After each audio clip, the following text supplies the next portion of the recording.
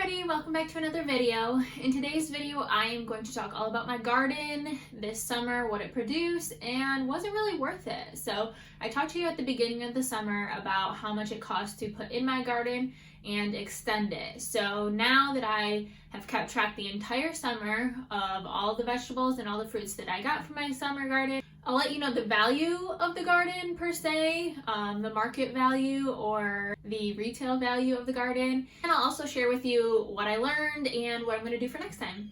Sad day, going out to the garden to pick the last harvest of the year.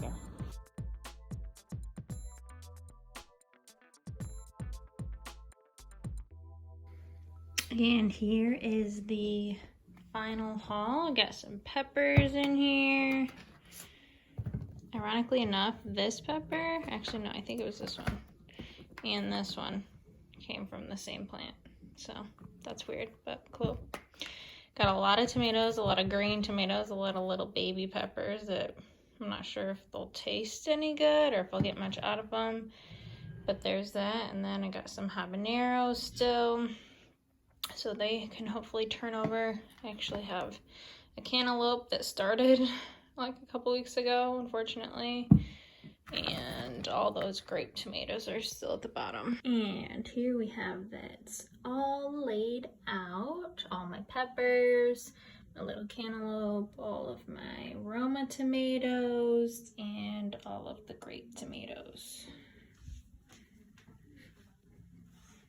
Alright, so if you didn't already see my initial gardening video, I talked about all the different types of plants that I had in my garden. So I'm just going to go over those really quick. So the main producer this year was my Roma tomatoes. The second main producer was cucumbers. I got a lot of bell peppers. I got yellow, orange, and purple bell peppers, I think. Or red maybe? I can't remember. I think I got all four of those actually. And then I also got one habanero pepper. I got a couple herbs that did not take. I got some salad greens that also did not take, and I'll talk a little bit more about that. I got 3 grape tomatoes. I got a couple strawberries that were destroyed by pests, and finally, one of my biggest headaches, I also got sugar baby watermelons and cantaloupes. So what I did this summer is every time that I pulled a harvest from the garden, I wrote it down in my notebook as to how many I got. I was going to try to weigh them, but I decided that was too much of a headache and I don't want to have to buy a scale just for that purpose. So I just counted how many there were, and then based on the market price or market value, that's how I got my totals that I'm going to share with you today. So this summer, as far as cucumbers go, I roughly got about 25, and mind you, these numbers probably are a little bit low. I did give away a lot of cucumbers to friends as well as neighbors, so in those times I don't remember if I wrote those down or not, but I did produce about 35 cucumbers. I produced over 300 Roma tomatoes, so that's great. And then as far as grape tomatoes go, I produced about 170 of those, and as you already saw, I pulled my last harvest for this summer already. And with the grape tomatoes, I actually didn't pull all those off because they seem to be doing pretty well in the cooler months. So I'm just gonna wait and see if they turn ripe, and if they don't, then I'll pull them at that time. And then as far as melons, if the squirrels wouldn't have gotten to all of them, I probably would have had, and with that in consideration as well, I had about 4 to 8 watermelons. Did I actually get any watermelons? I got a couple of whole watermelons, otherwise I had to cut out the squirrel bite and then take what was left. Same with cantaloupe. I got about 3 to 6 cantaloupe. They didn't take until a little bit later in the summer, but once they did, of course, they were just ended up being food for the squirrels. And then lastly, like I talked about, I didn't get anything from the herbs or the strawberries, and with the bell peppers, those took a little bit later in the summer as well.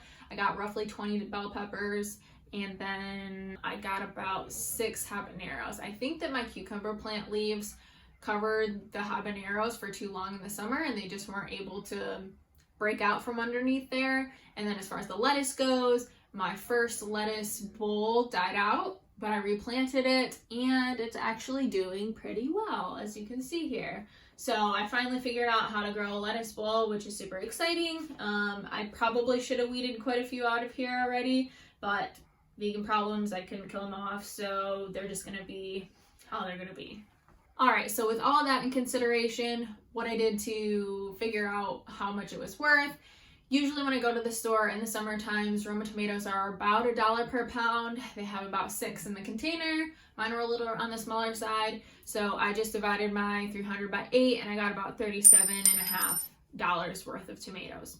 And then as far as the cucumbers go, like I said, I got about 35, so that's about $17, because usually when you go to the grocery store, cucumbers, you can find them in the summer for about 50 cents a piece. And then as far as grape tomatoes, honestly, I had to look this one up because I usually don't buy grape tomatoes. We got about 170 or so of those. So for a 10-ounce little container, which I'm assuming is around 25 or so grape tomatoes, it's about $3. So with that in mind, we have about $21 there. And then for my watermelon, my cantaloupe, this is kind of a question mark, so I just did a rough estimate of about $10 worth of melon that we got this summer. As far as bell peppers, the prices for bell peppers are pretty fluctuating, especially in the summertime. On sale, you can usually get them for about $1, but mine were organic and they were a little bit on the smaller side. So I just roughly estimated for about 20 bell peppers, it's about $20. With habaneros, I only got 6 of those, so roughly about $1, and then the lettuce is still TBD.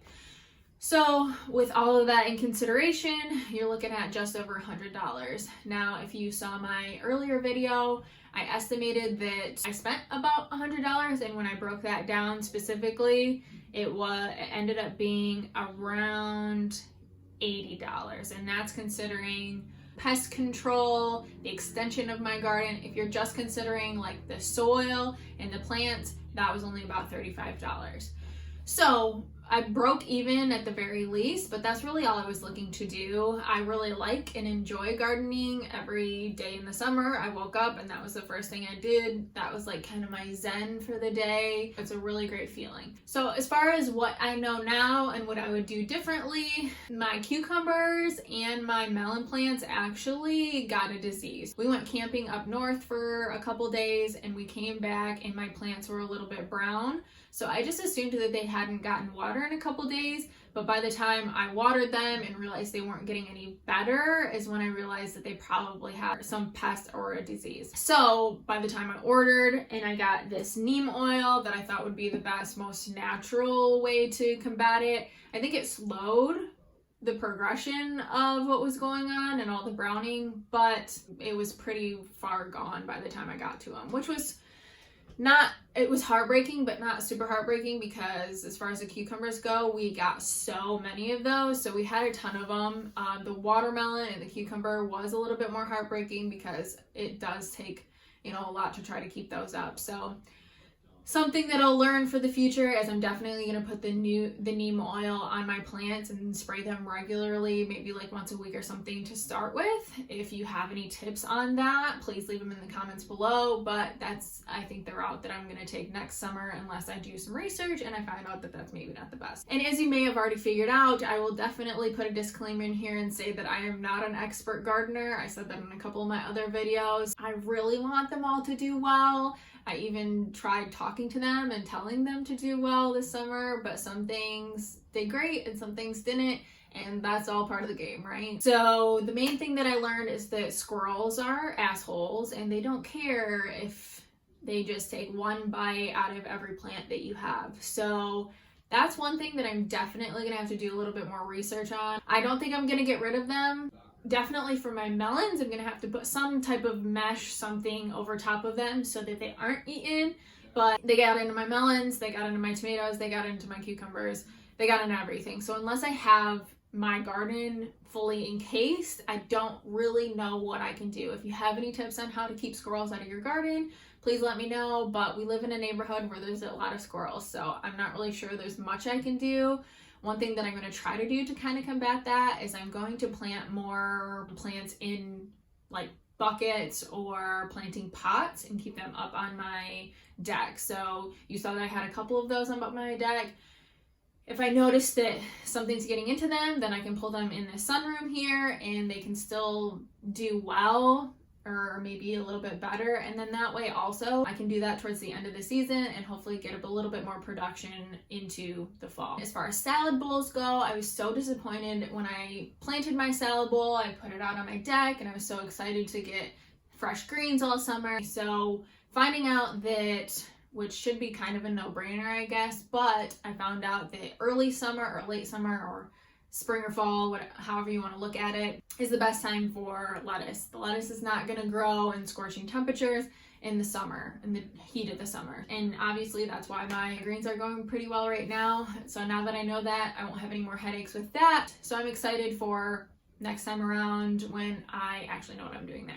And now that I know about neem oil, that's super exciting because it seems like a relatively natural product that will hopefully keep pests away. I honestly don't really know what it was they got. I didn't ever find any pests. I just knew that my plants were turning brown and it was spreading pretty quickly. So not sure if that will prevent that from happening next summer, but I'm gonna try it a little bit earlier on and hope that that does the trick. I also, as you may have noticed in my second garden video of the 3, this being the 3rd, I planted my plants, even though I spaced them out a little bit more than what I had before, I still planted them way too close together. So I think if I give them a little bit more space, that I'll have a little bit more production. I just hate, I'm very cheap if you haven't found out yet, and going to the farmer's market and buying a flat for $15 versus buying, 10 or 12 different plants for $10 or $12 doesn't make sense to me. So I just buy the flat and then I try to fit them all in, and that's just not gonna work. So I will try to control myself next summer when I'm at the farmer's market, but I think I'm going to try to plant some from seed as well and plant them a little bit earlier, and maybe those will be my potted plants as well. So a little bit more to figure out there. Maybe I'll extend my garden again. Who knows? That comes with an extra cost of fencing and all that other kind of stuff. So we'll see what happens there, but I'm definitely going to space it out a little bit more than I did this summer. Maybe in another decade or so, I'll finally have it down. Lastly, I'll just say that gardening as a whole is, if that's something that you find to be a hobby, it's actually really beneficial health-wise. So as far as vitamin D goes, you may not just randomly be standing out in the sun for 20 minutes a day or what have you. So being out in the garden really helps, obviously, your exposure to vitamin D. There's actually a study out there that says it decreases your risk for dementia. It's supposed to be stress reducing. It's supposed to be good for your heart. And they say that, your connection to the earth really increases your endorphins as well. Even if I were to just break even, and trust me, I was on the verge of tears many times this summer with the squirrels, and I think there was birds, and that's what took my strawberry seeds. So there's definitely has its stresses, but I wouldn't take it back. I really learned a lot from my experience, but I also really enjoyed watching my seeds grow, watching my plants grow, and getting a lot of production out of them, and also connecting with friends over being able to give them some of my produce that I grew myself too. So if you're considering growing a garden, even if it's like a deck garden where you have a couple potted plants, I definitely highly suggest it. And if at any point in this video you saw something that you can help me improve on, I would highly appreciate if you put that in the comments below. So I just wanted to share with you the actual value of the produce that came from my garden this year. Those are the types of things that I'm always really interested in, and the excuses that I come up with to ask my husband to water the garden once a month or so.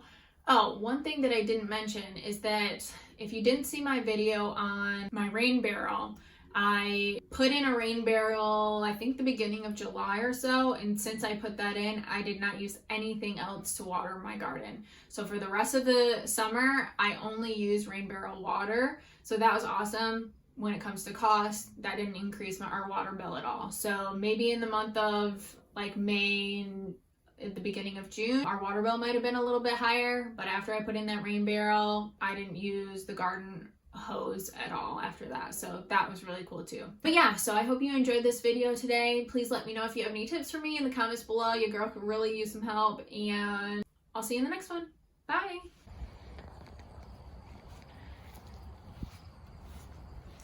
Goodbye, little garden.